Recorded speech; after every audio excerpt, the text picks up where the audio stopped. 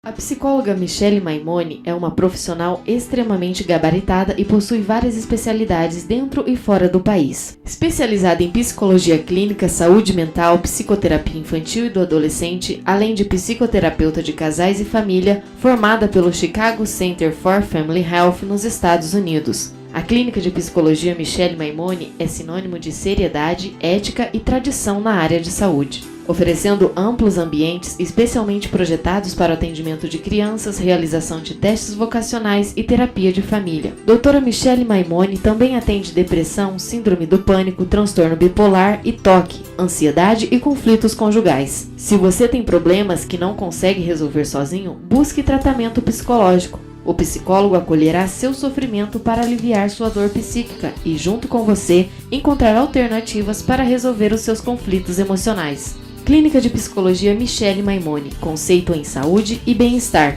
Rua Nel Alves Martins, 3415, próximo ao Hospital Maringá. Fone 3224-0287.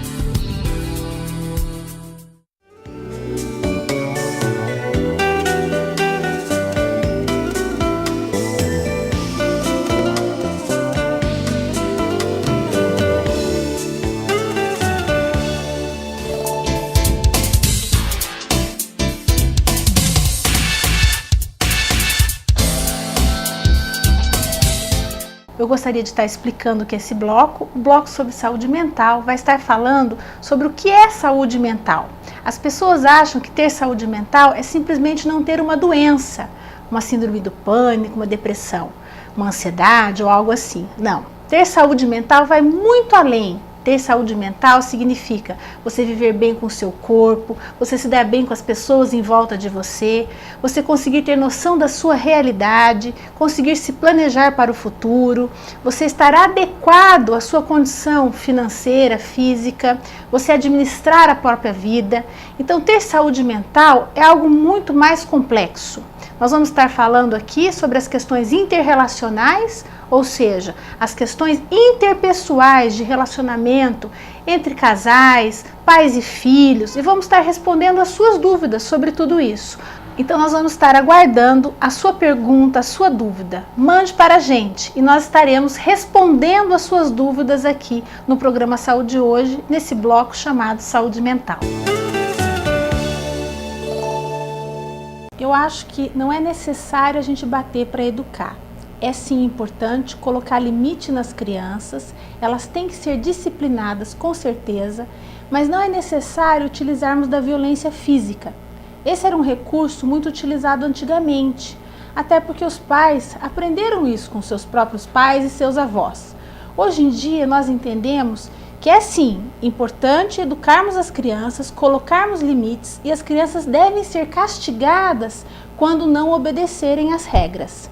Sim, as crianças têm que ser castigadas, porque muitas vezes os pais falam alguma coisa, dizem para os filhos que eles serão punidos e depois nada acontece. Dessa forma a criança fica impune e começa a acreditar que ela pode fazer o que ela quiser e não vai ter problema nenhum. Mas para disciplinar uma criança, não é necessário usar da violência física, não é necessário bater, nem humilhar, nem xingar a criança, nem destratá-la. Nós podemos educar sim, com muito amor, com paciência, explicando para a criança o que ela está fazendo de errado. Se ela insiste naquilo e o pai coloca um limite e diz que ela será castigada, é importante que esse pai e essa mãe, o cuidador da criança, cumpra com esse castigo. Por exemplo, se eu falo para uma criança, se você não fizer a tarefa, você vai ficar uma semana sem assistir TV. Nós temos que cumprir com esse castigo. Devemos dar castigo às crianças e não bater ou espancar. Bater ou espancar não educa. O que educa sim é ter disciplina, regras claras e que essas regras, quando infringidas, a criança receba uma punição para isso, para que ela aprenda. É um prazer estar aqui novamente no bloco Saúde Mental do programa Saúde Hoje, respondendo às dúvidas dos nossos telespectadores.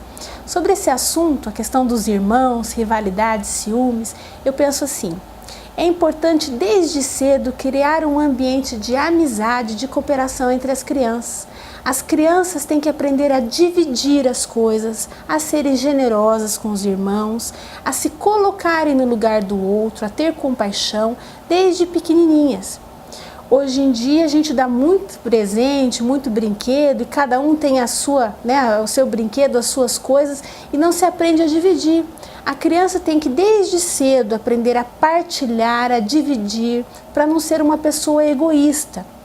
Então cabe aos pais ensinar os filhos a dividir as coisas um com os outros, a não competirem entre si. Irmãos não podem ser rivais, irmãos têm que ser parceiros. E para isso, os pais não devem, principalmente, comparar as crianças. Quando você compara um filho com o outro, você provoca ciúmes, rivalidade, às vezes até inveja. A maneira de disciplinar deve ser outra, jamais comparando. Ah, você está fazendo assim, seu irmão é melhor, seu irmão faz diferente, seu irmão é bom nisso, ele estuda. Dessa forma, o seu filho vai ficar com raiva do próprio irmão. Então, não promova esse ambiente de competição, de rivalidade entre os irmãos. Ao contrário, ensine-os a serem amigos, parceiros, a dividirem as coisas. Eles serão pessoas melhores e terão, sim, laços de família mais profundos. Crianças que brigam muito, crianças que têm ciúmes entre si, na verdade os pais não estão sabendo como fazer para educá-los bem. Então cabe aos pais ensinarem esses conceitos aos seus filhos desde cedo, para que eles cresçam e se tornem amigos. Os testes na orientação vocacional são utilizados pelo psicólogo como um dos instrumentos para chegarmos a uma orientação vocacional e profissional. Somente os testes vocacionais não são suficientes. É necessário sim que um orientando, ou seja, o paciente, venha até um profissional da psicologia e faça uma avaliação completa. Durante essas sessões de psicoterapia, o psicólogo vai fazer uma avaliação da parte social, familiar, avaliar a personalidade do indivíduo, as suas características pessoais, vai avaliar também as suas aptidões, os seus interesses, ou seja, o teste na orientação vocacional ele é utilizado como um dos instrumentos pelo psicólogo para conseguir chegar a uma profissão, mas ele sozinho não serve para nada. Então, o psicólogo utiliza dos testes durante a orientação vocacional junto com o adolescente. Mas a orientação vocacional e profissional é muito mais complexa do que somente a orientação dos testes vocacionais. Eu gostaria de dizer que há uma diferença muito grande entre o matrimônio no sentido da celebração, seja da parte espiritual, religiosa, do enlace entre os dois cônjuges, entre os noivos, esse vínculo afetivo, e o casamento no sentido da festa, dessa celebração toda. Então, telespectadora querida, não foque tanto nessa parte do casamento, nessa parte dos outros, no que as pessoas vão dizer, se teus pais estão brigados, na sua roupa, se o buffet não está tão bom, se as pessoas vão falar alguma coisa, se não deu certo, se as flores não ficaram bonitas, nada disso importa. Foque no matrimônio, no enlace de vocês, no vínculo verdadeiro, no elo, nos votos que vocês estão fazendo, nessa celebração, nessa união, que eu espero sinceramente que seja um vínculo indissolúvel e que vocês se casem para sempre. Isso é que é importante, é essa celebração do amor, o vínculo verdadeiro, de uma união duradoura, de um amor que seja para sempre, para constituir uma família. O resto todo, tudo isso é bobeira, tudo isso é passageiro, é supérfluo, é aparência.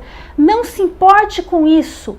Nada disso realmente tem importância verdadeira no enlace de vocês, no amor de vocês. Foque sim na relação afetiva de vocês dois e deixe tudo isso de lado. Nada disso importa. Importa o amor de vocês e seja feliz.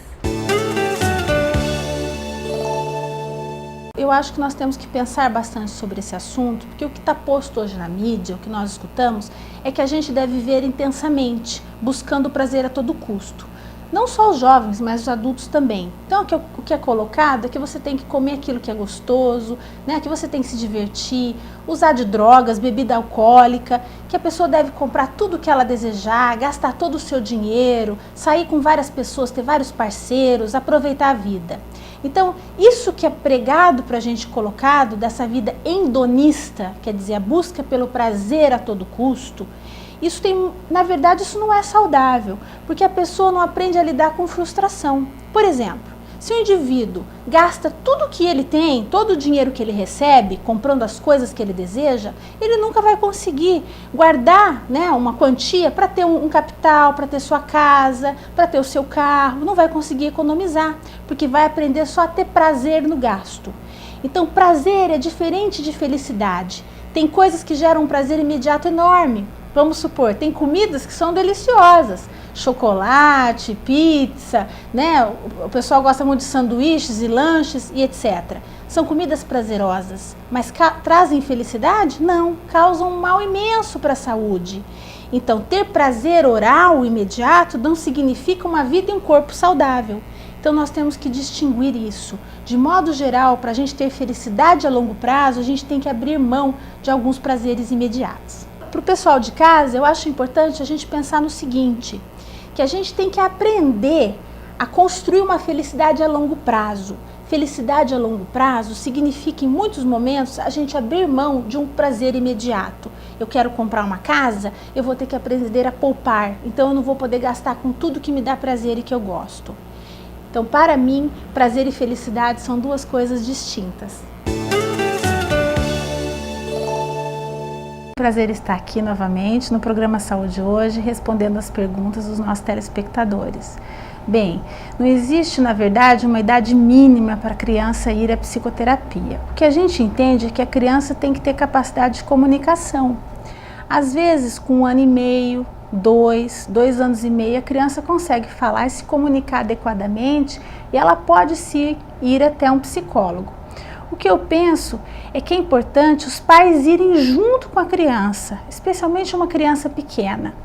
Então, quando se trata de uma criança maiorzinha, 5, 6, 7 anos, ela já tem sim capacidade de verbalização, consegue se expressar e ela até pode ir a uma psicoterapia por si só, né? Mesmo que os pais acompanhem e tal, mas ela consegue ficar numa sessão. Mas uma criança bem pequenininha, ela tem que ser acompanhada pelos pais. A criança, quando ela não consegue falar ainda, não é indicado que ela seja levada ao psicólogo. Nesses casos, os pais sim é que devem fazer um aconselhamento. Na minha opinião, sempre que se trata de crianças, eu acho que o tratamento funciona muito melhor quando os pais participam. Então, se os pais estiverem juntos no tratamento da criança, de qualquer idade, com certeza o tratamento vai funcionar muito melhor. Na verdade, existe muito tabu em relação ao tema da adoção. As pessoas acreditam que não devem contar para a criança que ela é adotada. Isso causa, sim, problemas para a criança. Se ela cresce num ambiente familiar, acreditando que ela é filha biológica daquele casal, quando ela descobrir que foi adotada, ela vai ser uma pessoa revoltada, não por ser adotada, mas pela mentira que ela viveu durante a vida inteira. Quando é guardado esse segredo na família, durante muito tempo, isso vem à tona porque um dia isso aparece, né? A gente não usa máscara a vida inteira e não se mantém algo em segredo por todo o tempo. Essa criança vai se sentir traída por aqueles adultos que ela confiava. Sendo assim, eu acredito que nós devemos contar para a criança, desde pequenininha, que ela é adotada. E fazer disso uma coisa bonita, que ela é um filho do coração, um desejo daquele casal, porque filho não necessariamente precisa ser biológico. Uma outra coisa, todos os filhos dão problema, sejam biológicos, sejam adotados. Filhos adotados não dão mais problemas do que os filhos biológicos. É que educar realmente é um desafio árduo, né? E que é uma construção diária para os pais. Cada filho é de um jeito, tem um temperamento, uma personalidade, um caráter, e é isso que é complexo, mas também maravilhoso. Sendo assim, respondendo a sua pergunta, se não houver segredo, não haverá momento de revelação. Se nós contarmos sempre para a criança a verdade desde cedo, ela vai ser criada sabendo que ela foi adotada com naturalidade. Isso não causa trauma. O que causa trauma é mentira. Então vamos contar para a criança desde pequenininha que ela é adotada, e isso é algo muito bonito. Eu acredito que todos nós nascemos bastante egoístas. Desde pequenininhos, você pode ver uma criança, todo mundo quer tudo para si, né? Você tem que ensinar uma criança, desde que ela nasce, você tem que ensiná-la a dividir. Pode ver uma criança brincando, ela quer brinquedo para ela, se você der um doce, ela também não quer dividir. Então nós temos que ensinar uma criança a ser generosa, a dividir as coisas desde cedo. Se você não ensina isso para o indivíduo, ele tem uma tendência a crescer bastante egoísta, individualista e ter muita dificuldade em repartir, em doar.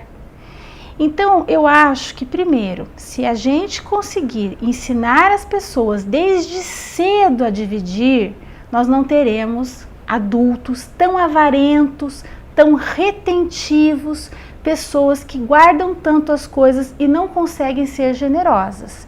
Mas quando um adulto fica assim, porque não lhe foi ensinado na infância, ele também pode ir para a psicoterapia e tratar esse problema psicológico, essa dificuldade de ser generoso, de se desfazer de objetos. Isso também tem tratamento, sim.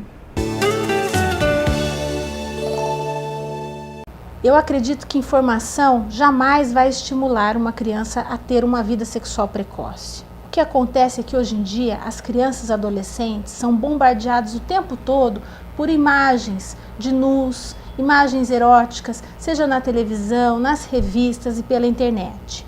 Esse excesso de erotismo, sim, isso é prejudicial. Não é bom que a criança tenha contato com todo esse conteúdo tão precocemente. Nos programas da TV aberta, num domingo à tarde, aparece muita nudez. Os programas falam muito sobre sexualidade nas novelas, e isso não é saudável para a criança e nem para o adolescente. Informação sobre sexualidade é uma outra coisa.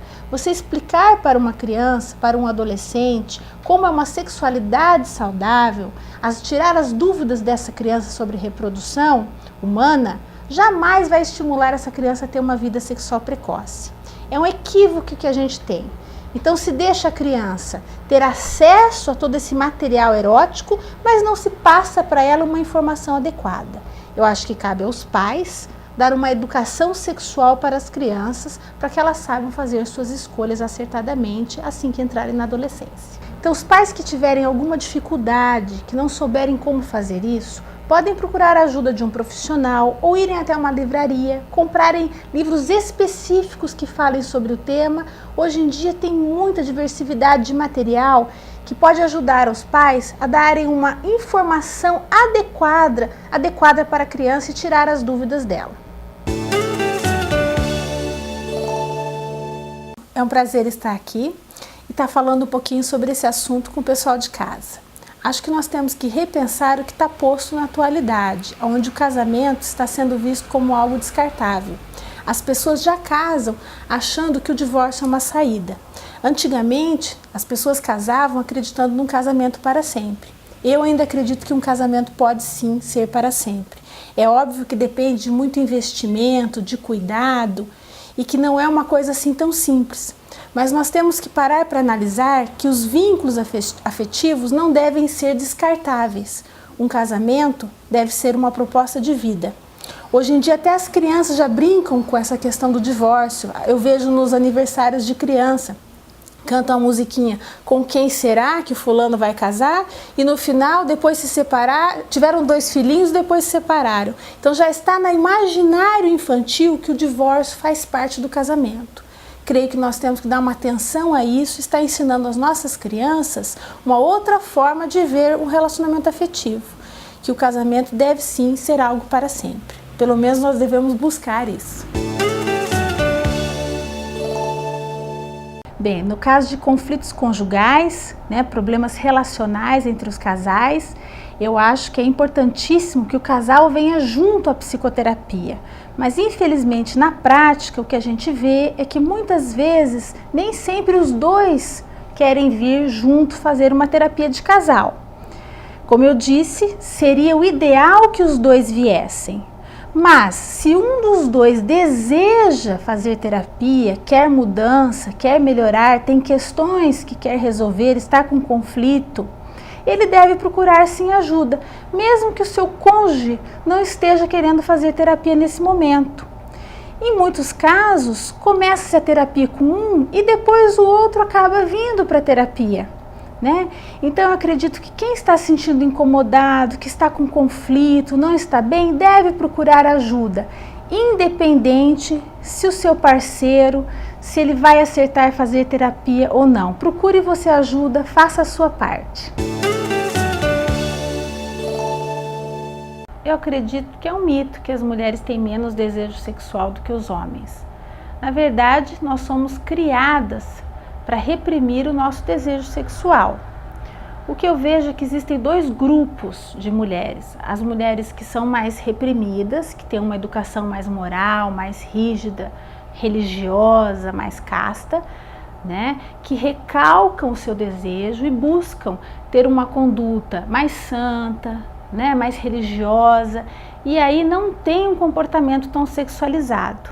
E aí as mulheres que às vezes liberam totalmente a sua sexualidade e acabam até sendo promíscuas, vulgares demais.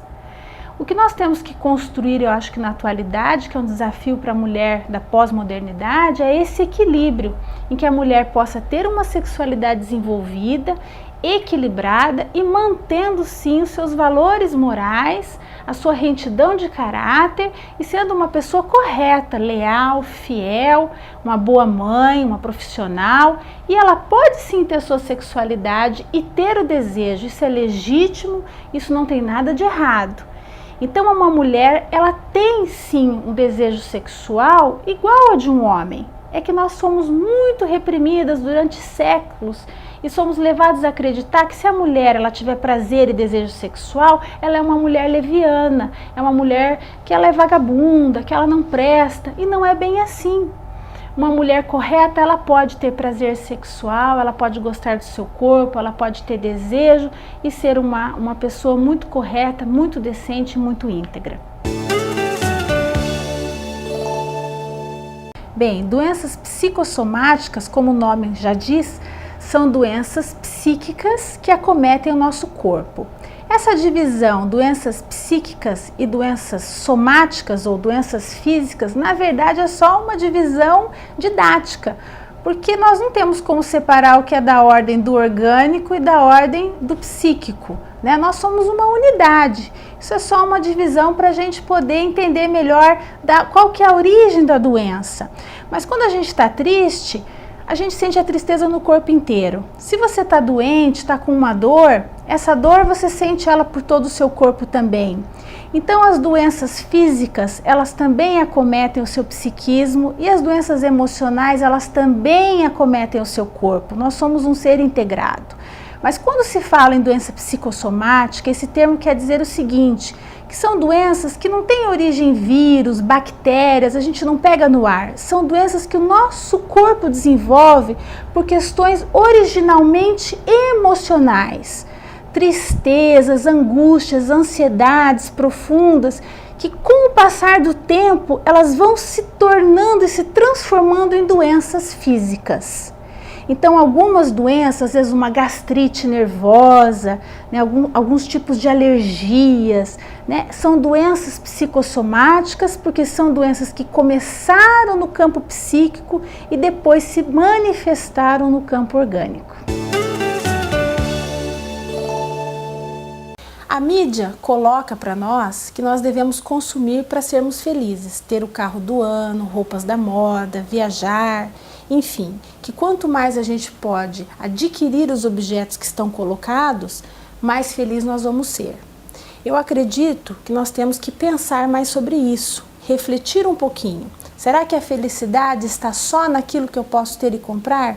Eu acredito que não. Até porque os objetos são algo que naquilo não está a nossa felicidade verdadeira. A felicidade é algo muito mais complexa. O que é colocado pra gente é que eu mereço, então eu devo comprar. Eu vejo as pessoas falando assim, mas eu trabalho tanto, né, é um esforço, eu tenho uma vida difícil, eu tenho dinheiro, eu mereço comprar aquilo. Acho que a pergunta deve ser outra. Em vez de eu mereço, a gente deveria perguntar, será que eu preciso daquele objeto? Olha o tanto de trabalho que eu tive que ter para ganhar aquele dinheiro, para poder comprar aquilo. Será que aquilo vai me trazer realmente tanta satisfação pessoal? Então, na minha opinião, não é no consumo que nós vamos encontrar felicidade. A felicidade está na espiritualidade, nos vínculos afetivos, no seu desenvolvimento cognitivo e intelectual, né? Na sua satisfação pessoal, que é algo muito mais complexo do que o seu poder de compra. Eu acredito que nós temos que lidar com mais naturalidade em relação à morte. Antigamente, realmente, a morte era vista como algo natural, como parte da vida. As pessoas eram veladas em casa, se acompanhavam esse morto, né? As doenças também, as pessoas ficavam doentes em casa. Hoje em dia, com essa cultura da UTI, a pessoa fica doente, ela é isolada da família, ela morre longe dos entes queridos. E aí a gente acha que a gente não deve contar para a criança, que a criança ela tem que ser poupada disso. Eu discordo plenamente. Eu acredito que nós temos que informar a criança sempre da verdade. A criança deve saber que uma pessoa está doente, que essa pessoa vai morrer, que você não vai ver mais essa pessoa, que não tem como você falar com ela. Ela tem que ser informada disso. E se vier a óbito, falecer, eu acredito também que nós temos que levar as crianças sim no velório, as crianças têm que participar e depois ir ao enterro. É importante para que elas possam elaborar o luto e a perda. Se você priva a criança disso, ela não compreende esse processo. Um exemplo que eu vejo hoje em dia é quando um cachorrinho morre. Muitos pais, por amarem tantos filhos, privam o filho de lidar com esse processo natural da vida. Então, não, o cachorrinho desapareceu ou o cachorrinho foi para um outro lugar e compra um outro cachorro. Até com bichinho de estimação, nós já devemos estar mostrando para a criança, desde pequenininha, que a morte faz parte da vida. O cachorrinho morreu, você vai sempre lembrar, vai ter uma foto, esperar o tempo para elaborar aquela perda, depois comprar um outro animal de estimação ou adotar de preferência. Então, eu creio que nós devemos lidar com naturalidade e mostrar para as crianças desde o começo que a morte faz parte da vida e assim as crianças não ficarão traumatizadas quando um evento desses acontecer na sua família, porque é óbvio que vai acontecer na família de todo mundo. É um prazer estar aqui no Bloco Saúde Mental, respondendo as perguntas dos nossos telespectadores. Bem, eu penso que a traição não necessariamente destrói um casamento. A crise no casamento pode provocar mudanças, e muitas vezes mudanças para melhor. E muitas vezes, quando acontece uma traição, quando acontece uma briga, isso pode trazer diálogo, pode trazer mudança. Nem sempre uma traição significa ruptura e precisa acabar em separação. Acho que o importante é que aconteça diálogo, comunicação, que se entendam os motivos dessa traição. Por que esse casal estava separado? O porquê da traição? Foi por raiva, foi por vingança, por carência, ou porque a outra pessoa se perdeu do casamento? O que estava acontecendo? Se existe realmente amor, se existe desejo de restaurar esse casamento, eu acredito que é possível sim. A traição ela pode ser um sinal de que algo não está bem num casamento, mas esse casamento pode ser salvo. Não precisa haver ruptura. Eu gostaria de dizer que, na minha opinião, a TPM, essa tensão pré-menstrual, na verdade, ela não é tão orgânica quanto parece. É um período no mês em que a mulher se autoriza a dizer, a demonstrar, a extravasar muitos dos sentimentos que ela reprime durante o mês todo. Por quê? Porque já está socialmente aceitado que a mulher pode sim, durante esse período, ficar meio que enlouquecida. Então a TPM, na minha opinião, ela é muito mais emocional, afetiva e uma construção social do que algo orgânico. Por quê? Existem muitas culturas e sociedades em que a mulher não tem todo esse transtorno de humor como tem na nossa sociedade ocidental. Minha dica para as mulheres é a seguinte: resolvam seus conflitos na hora. Falem tudo o que vocês estão sentindo. Às vezes somos muito submissas, cordatas, engolimos as coisas, vamos guardando o que estamos sentindo e aí depois vomitamos tudo nesse período pré-menstrual, dizendo que é culpa da nossa menstruação. E não é, são coisas mal resolvidas que estamos engolindo durante o mês todo, esperando esse período para podermos extravasar. Então a questão não é tão orgânica. Bem, falando para o nosso marido aqui que nos assiste, eu diria assim, converse mais com a sua esposa, veja o que está acontecendo, o que nesse período ela fala tanto, o que ela fica tão irritada, o que será que nessa hora ela tem coragem de falar que durante o resto do mês ela não te diz. Talvez sejam essas coisas que estão ficando mal resolvidas entre vocês dois. Essa é a minha dica. É um prazer estar aqui no programa novamente, no bloco Saúde Mental, respondendo as perguntas dos nossos telespectadores. O termo psicopatia, ou chamado psicopata, como é dito hoje, está sendo usado no senso comum de uma maneira muito indiscriminada. Então se utiliza o adjetivo psicopata como sinônimo de uma pessoa cruel, cínica, maldosa, ardilosa, e não é assim. Psicopatia é uma doença, é uma patologia. O psicopata é um indivíduo que tem um transtorno mental grave e incurável, que se caracteriza pela falta do indivíduo de sentir culpa, remorso ou vergonha. Ou seja, o psicopata que nós convivemos, esse indivíduo que não tem remorso, culpa e nem medo, é aquela pessoa que maltrata os outros, que é cínica, que tira proveito de todo mundo, que não tem remorso em fazer as coisas erradas, que às vezes é desonesto. A gente vê em criança, que são crianças que desde pequenininha maltratam os animais, torturam, são mentirosas, né? Fazem bullying com as outras crianças da mesma idade. Então, o psicopata, ele tem esse perfil de personalidade, independente se ele vai ter uma atividade, uma atitude criminosa. Bem, falando sobre orientação vocacional para jovens, eu sei que as pessoas acham, têm essa ideia de que os testes vocacionais por si só, eles já dão a resposta da profissão que o indivíduo pode escolher. Bem, isso é um mito. O teste sozinho, ele não consegue definir qual é a profissão que o indivíduo deve escolher, porque ele sozinho não tem essa competência. É importante que o indivíduo procure um profissional, um psicólogo, para que ele consiga, junto com o jovem, avaliar todo um contexto. Que contexto é esse? Primeiro, a parte da personalidade do indivíduo, as suas aptidões, as suas virtudes, como que é a estrutura da sua família, sua condição social, né, o seu desejo.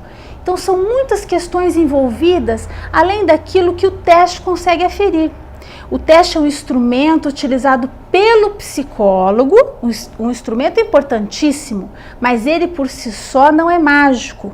Ele é uma ferramenta fundamental, mas também ela não consegue sozinha dar uma resposta. Então nós vemos aí alguns testes que as pessoas preenchem sozinhas e acham que vão chegar até uma profissão.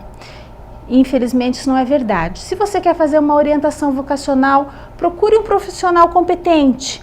É um processo demorado, é um processo ativo que você tem que participar e é um processo que vai avaliar todo um contexto da sua personalidade. Eu acho que vale a pena. Sobre a diferença entre a psicologia e a psiquiatria, é importante dizer que a psicologia é uma ciência que vai trabalhar as relações interpessoais, os conflitos, para as pessoas aprenderem a se relacionar melhor, a trabalhar os seus traumas, a sua autoestima, seus conflitos conjugais. Então a psicologia é uma ciência que vai estar entendendo uma família, o funcionamento do indivíduo e como que ele vai fazer para resolver seus conflitos e viver melhor. A psiquiatria é uma área da medicina que vai estar prescrevendo medicações para os indivíduos para eles poderem lidar melhor com alguns transtornos emocionais. Por exemplo, o indivíduo tem uma síndrome do pânico. Então, além dele fazer a terapia para entender a origem dos seus medos, ele vai estar tomando um remédio específico para sofrer menos, para controlar todos esses sintomas do pânico e do medo.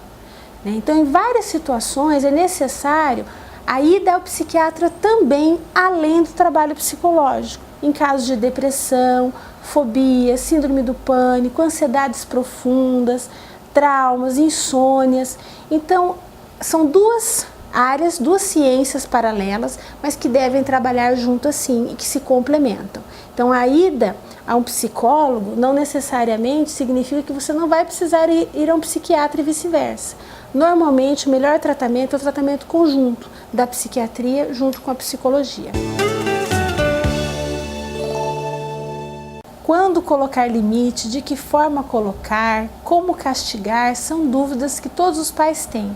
Afinal, criança não vem com um manual, não é? Agora, essa função de educar é uma função que compete aos pais.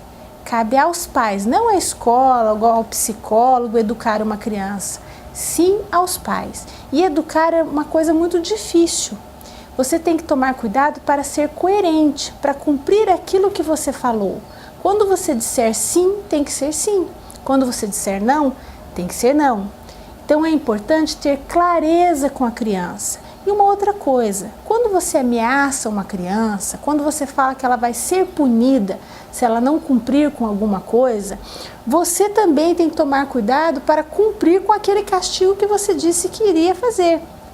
Por exemplo, se uma criança não está indo bem na escola, se ela não estuda, e os pais dizem assim para ela: se você for mal, se você tirar notas vermelhas, você vai ter que ficar sem jogar videogame. Então é importante que os pais cumpram com aquilo. Outra coisa, você tem que dar um castigo proporcional àquilo que a criança fez. Então a criança está indo mal na escola e você ameaça que vai tirar o videogame por 1 ano, primeiro que você não vai conseguir cumprir. E depois que isso é desproporcional à situação. Então pense num castigo, um castigo que você mesmo vai conseguir fazer com que aquilo aconteça, fazer com que ele seja cumprido e depois faça realmente aquilo acontecer, para a criança entender que existe uma regra, se ela não cumpriu aquela regra, ela vai ser punida. E outra coisa, punir as crianças não significa humilhar, não significa bater, nem usar de violência. Punir significa educar, dizer que o mundo é feito de regras e que nós temos que obedecê-las e que os nossos atos têm que ter consequências. Então, como eu disse e repito, essa função é uma função difícil, mas uma função que compete aos pais. E as crianças têm que ter regras sim.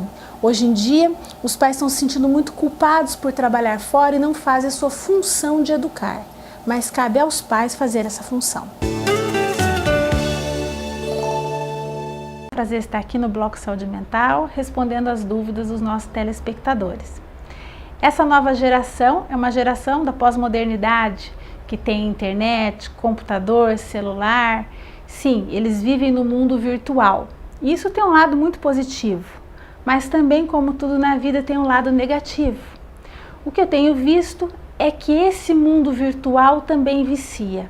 Antigamente, há 20, 30 anos atrás, a preocupação dos pais era que os filhos se viciassem em maconha, em lança-perfume, em álcool. Em jogo, há 30, 40 anos atrás, a preocupação era o carteado, né? E hoje, os vícios são outros. Um dos vícios que a gente vê é os vícios dos jogos de computador, o vício da internet. E esse é um vício, sim, perigosíssimo. Então, a nossa telespectadora tem que estar atenta ao seu filho. O tempo no computador e na internet tem que ser dosado. Tem que ser um tempo diário limitado, dependendo da faixa etária. Porque senão é perigoso que ele troque o mundo real pelo mundo virtual. Então a criança, ela tem que brincar, tem que fazer atividade física, ela tem que fazer jogos, né? Ela tem que fazer coisas concretas e não ficar só no mundo virtual dos jogos, da internet, na televisão e no computador, até para se desenvolver a sua inteligência. Limite a televisão, o computador e a internet para o seu filho, para que ele não fique viciado, porque sim, existe um perigo real que isso aconteça. Prazer estar aqui, né, respondendo as dúvidas dos nossos telespectadores e hoje falando sobre esse tema, ciúmes. É um tema controverso e polêmico. Bem, eu pessoalmente não acredito que ciúmes seja amor, e muito menos que quem mata, mata porque ama. Eu acho que ciúmes tem muito mais a ver com insegurança, com autoestima baixa, com um sentimento de posse de que um outro é objeto meu e me pertence, do que realmente com amor. Amor é um outro sentimento, amor é uma coisa muito sublime, muito maior. Então o que a gente tem visto aí hoje é que as pessoas não respeitam umas às outras e se acredita que o outro é um objeto, que é uma posse sua, e não se admite que o outro rompa uma relação. Essa agressividade toda, isso é uma patologia. Os crimes que nós temos vistos, supostamente de amor, são questões patológicas. São motivados por ciúme? Sim, mas um ciúme que não significa amor. Amor é um sentimento de uma outra ordem. Amor liberta, amor é respeito, amor é carinho, amor é você querer bem ao outro, mesmo que o outro não esteja com você. Uma pessoa muito ciumenta, que o tempo todo quer controlar o seu parceiro, fica vigiando, é inseguro, duvida de tudo, essa pessoa deveria procurar terapia. Esse indivíduo provavelmente tem uma autoestima muito baixa, né? Ou seja, ele acredita sempre que vai ter alguém melhor que ele, que vai roubar a pessoa amada. Então a pessoa ciumenta, ela precisa trabalhar a autoestima, entender o porquê dessa insegurança e desse sentimento de posse. É lógico que aquela pitadinha de ciúmes, realmente quando você gosta de alguém, você não quer perder, quer preservar a relação, mas é uma pitadinha, é 10%. A maior parte do que a gente vê aí não tem nada a ver com uma relação amorosa e com um vínculo saudável. Sobre esse tema, eu gostaria de convidar o telespectador a uma reflexão. Eu não tenho uma resposta pronta sobre esse assunto. Primeiro, eu gostaria de convidá-los a pensar de quem é a festa final. Quem deve estar recebendo o presente no dia do aniversário? Da mesma forma que o telespectador falou, eu me lembro que na minha época também, quem recebia presente era o aniversariante. E hoje eu vejo que nos aniversários, né, o aniversariante recebe o presente, mas ele tem que dar presente a todos os convidados nas festinhas infantis. Que princípio será que está por detrás disso? O que a gente está ensinando para as crianças? Ela dá o presente ao aniversariante, mas ela tem que levar alguma coisa de volta para casa? O que significa isso? Né? Será que eu não posso dar um presente para o meu amiguinho e ficar feliz simplesmente em ter dado um presente? Eu tenho que sair com alguma coisa? Levar alguma coisa para casa? Que mal-estar é esse de eu dar um presente e não conseguir ficar com as mãos vazias? Então, o que está acontecendo nessa sociedade tão consumista que no dia do aniversário de uma criança, em que só ela deveria ser o foco de atenção, ela receber os presentes, ela tem que presentear quem vem em sua festa? Acho que nós devemos repensar essa situação. A nossa sociedade preconiza consumir demais, gastar demais. E aí a gente perde alguma das coisas tão importantes como, por exemplo, uma festa infantil. E a gente também está perdendo de ensinar uma criança a tolerar que ela não deve ser o centro da atenção o tempo todo. Tem horas que ela tem que suportar que aquele não é o momento dela. Aquele é o momento que ela tem que aprender a dar. Não é o aniversário dela, é o aniversário do outro, do coleguinha. Ela não tem que sair com algo, ela tem que dar o presente e não receber. Então vamos repensar um pouquinho isso e não ter que reproduzir tudo que está vigente nessa sociedade de consumo e o que está posto por aí. Bem, essa é a minha opinião, espero ter ajudado essa telespectadora e eu concordo com você. Se eu fosse você, eu faria como a gente fazia na minha época, há 40 anos atrás. Quem ganha presente é só aniversariante. A diferença entre medo e fobia. Bem, medo é um sentimento natural e normal de autopreservação. O medo evita com que a gente se coloque em situações perigosas, de risco. O medo nos protege. Por exemplo, ter medo de altura. Lógico, nós não sabemos voar, então é importante a gente ter medo de altura, até para a gente se proteger e não se colocar numa situação em que você possa se machucar. Então, o medo é natural e o medo é uma proteção. A fobia, sim, é uma patologia. Tanto as fobias, que são várias, como uma síndrome do pânico, por exemplo, aí é diferente. O indivíduo tem um medo injustificado, é um medo que não faz sentido, um medo exagerado, é um medo que na verdade é irracional, que não tem uma função de proteção. Então, quando eu tenho um medo saudável, esse medo não atrapalha a minha vida. Esse medo não vai me incomodar de viver e de fazer as coisas normalmente, só vai me proteger. A fobia e o pânico não. Elas atrapalham a rotina do indivíduo. Por exemplo, medo de entrar no elevador, fobia de entrar no elevador, ou de andar de avião, ou de dirigir um carro. Então daí são questões mais profundas que o indivíduo deve tratar, porque isso está aparecendo nessas situações, elevador, o carro, o avião, mas esse medo exagerado é de outra ordem, é uma síndrome, né? Pode ser uma síndrome do pânico, uma ansiedade profunda, uma fobia, e isso tem tratamento, isso tem cura, e o indivíduo procurando ajuda, ele vai poder ter uma qualidade de vida maior. Eu tinha um paciente, por exemplo, que não entrava em elevador. Eu posso até escolher andar de escada e falar, hoje eu vou subir de escada, mas eu não poder entrar no elevador, tem situações que são complicadas. Esse paciente precisava pegar um elevador, trabalhava num andar alto e tinha que subir de escada. Então veja só, isso atrapalha a vida do indivíduo. Então essa é a diferença entre medo e fobia. Bem, sobre a questão do furto de algum objeto na escola, sobre algum tipo de comportamento assim das crianças, a minha opinião é a seguinte: eu acho que a gente deve educar a criança esses valores na infância, como honestidade. Então, se uma criança furtar algo de um colega, pegar algo que não lhe pertence, nós temos que ensinar isso sim para a criança desde cedo.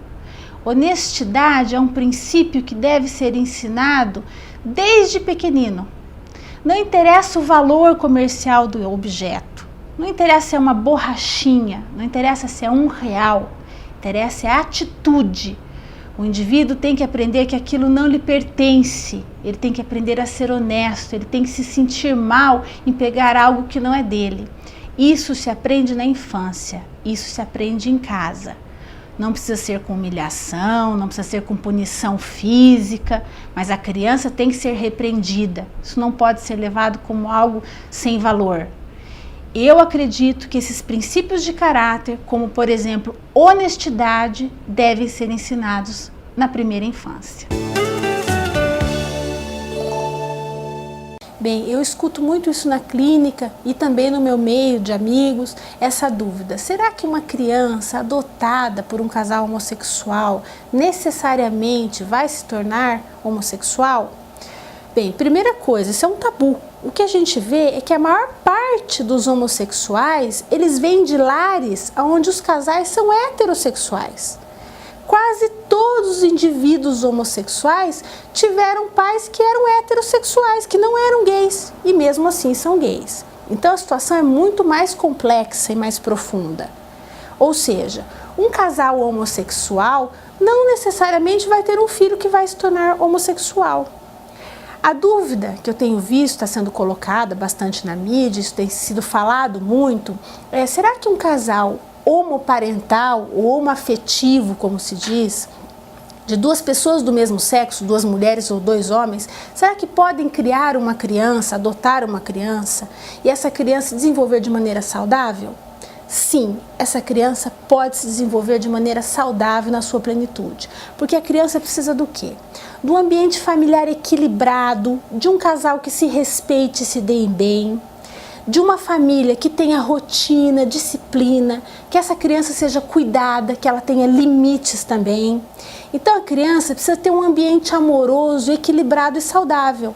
Isso independe se os pais são homoafetivos ou não. Uma criança num lar onde o pai e a mãe brigam, há violência, uso de droga, um ambiente pesado, independente desses pais serem heterossexuais, essa criança pode ter vários distúrbios e problemas psicológicos. Ou seja, então, na minha opinião, enquanto terapeuta de criança e terapeuta de família, eu acredito que um casal homossexual pode sim adotar ou até gerar uma criança, e essa criança pode se desenvolver na sua plenitude e ser uma criança saudável. A gente tem que tomar cuidado sim com o nosso preconceito de achar que por um casal ser homossexual, os filhos serão problemáticos. Isso não é verdade. Na minha opinião, o elogio é algo poderoso. Ele edifica a autoestima do indivíduo, ele fortalece a personalidade. O verdadeiro elogio, falado por um pai, por um professor, ele é muito importante na formação de uma criança. O elogio verdadeiro, sim. Agora, a bajulação, a falsidade, isso não serve para nada. Quando a gente olha para uma pessoa, seja uma criança, um adolescente, um amigo, para qualquer um, e a gente vê no outro uma virtude, uma qualidade, e a gente consegue verbalizar isso, nomear e falar para outra pessoa, elogiá-la naquilo que ela tem de bom, isso é poderoso para fortalecer a autoestima do outro. Então, utilize sempre o elogio, seja para uma criança, para um adolescente, para qualquer um, o elogio verdadeiro. Isso sim, a bajulação não. A bajulação tem a ver com falsidade, com interesse. A bajulação é uma coisa nojenta, desprezível, que não serve para nada. Então, se você elogiar uma criança de verdade, você só vai ajudá-la a ter uma boa autoestima. Ela não vai ficar metida, ela não vai ficar arrogante. Elogie sim seu filho. Fale para ele o que ele tem de bom, o que você vê nele de qualidade. Isso só vai ajudá-lo a ser uma pessoa mais confiante, um adulto que acredita mais em si. Eu acho que são vários os motivos que levam um casamento em crise. Popularmente, o que a gente vê falar é que um casamento chega até um final ou está em crise por falta de amor ou porque houve uma traição. Mas o que eu vejo aqui na clínica é que os casamentos entram em crise por falta de comunicação. Só porque as pessoas estão juntas há muitos anos, elas já têm filhos, grandes, porque elas têm até afinidade, trabalham juntas, elas pensam que elas não precisam conversar. É como que só porque elas se conhecem há tanto tempo, um soubesse o que o outro pensa magicamente. Então as pessoas, só porque elas moram junto, porque elas são casadas, elas param de se comunicar adequadamente. Então um casal deve sempre dialogar, falar o que está pensando, sentindo, não guardar mágoas, resolver os seus conflitos, não esperar muito tempo para dizer aquilo que está incomodando, não ficar com aquilo remoendo dentro de si. Tudo tem que ser conversado o mais rapidamente possível, negociado. Então um casal tem que sim ter uma boa comunicação para que o casamento não entre em crise. Porque se um casal não se comunicar adequadamente, vai criando um abismo entre os dois. E daqui a pouco você está perto de um desconhecido, você já não sabe mais com quem você se casou. Então, um alerta para os casais: desliguem a TV e conversem mais.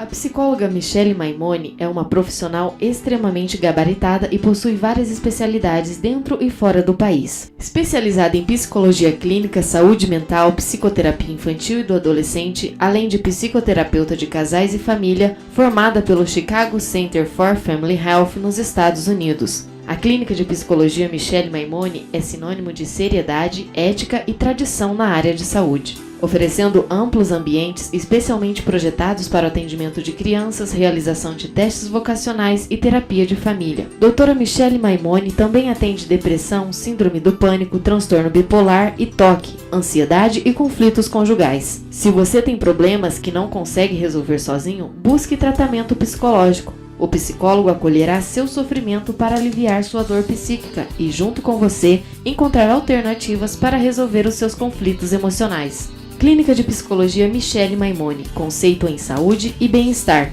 Rua Nel Alves Martins, 3415, próximo ao Hospital Maringá. Fone 3224-0287.